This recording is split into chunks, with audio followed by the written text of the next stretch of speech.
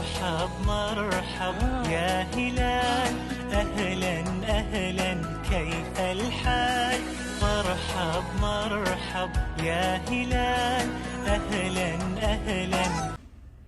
السلام عليكم، يا رب ان شاء الله تكونوا في احسن حال.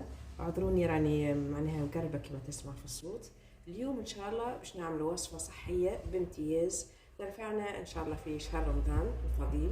ان شاء الله يا رب يكون الشهر مبروك علينا وعلى جميع الامه الاسلاميه، وحتى بعد الشهر الفضيل. علاش؟ خاطر المكون الاساسي نتاعها هو الشعير.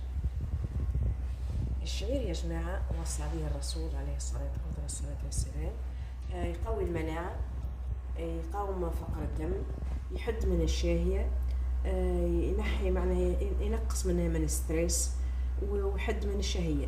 باهي نتعداو تويكا للوصفة نتاعنا السهلة الماهلة النافعة برشا برشا، المتكونة من كاس شعير، 2 كيسان ماء، و2 كيسان حليب، نفس القدر يعني نفس الكاس. حطيت لكم اكسبري يعني نفس الكيسان باش ما تغلطوش. نفس الكاس اللي عبينا به الشعير نحطو قدو فوا 2 ماء فوا 2 حليب. وتوا نتعداو لطريقة التحضير، وبالنسبة للمكونات الأخرى راهي اختيارية تنقولوا عليها واحنا نحضروا. باش ناخذوا الشعير الماء على نار هادية ونحركو. كي نوصلوا المرحلة هذه غلاء وبدا يعقد، توا باش نصبوا الحليب. صبوا الكاس الاول نحركو، ومن بعد ما نبطلوش تحريك نصبوا الكاس الثاني.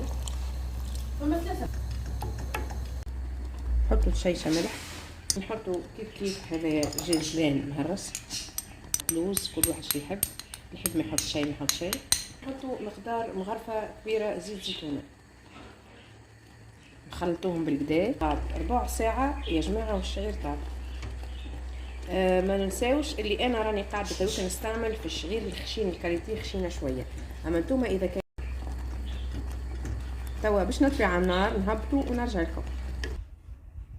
وهكا تكون الاكله نتاعنا حضرت. حطيت معاها مغير عسل. انا معناها اللي يحب ما يحط حتى شيء ما يحطش حتى شيء، خاطر ما تنقصهاش يعني السكر. اللي يحب يقص فيها شويه مر ويحطوا زاده كيف كيف. الأكلة متاعنا يا جماعة هذه اسمها التلبينة، اللي وصى عليها الرسول عليه أفضل الصلاة والسلام. يعني ماكلتها فيها اتباع للسنة وفيها منفعة كبيرة للبدن. إن شاء الله تكون الوصفة هذه عجبتكم، ويا ربي نعاود لكم إن شاء الله رمضانكم مبروك، وإن شاء الله نتقابلوا في فيديو قادم. ما تنسونيش من لايك والشير والسبسكرايب، وشكرا اللي عملوا لي الدعم وشجعوني. والسلام عليكم ورحمة الله.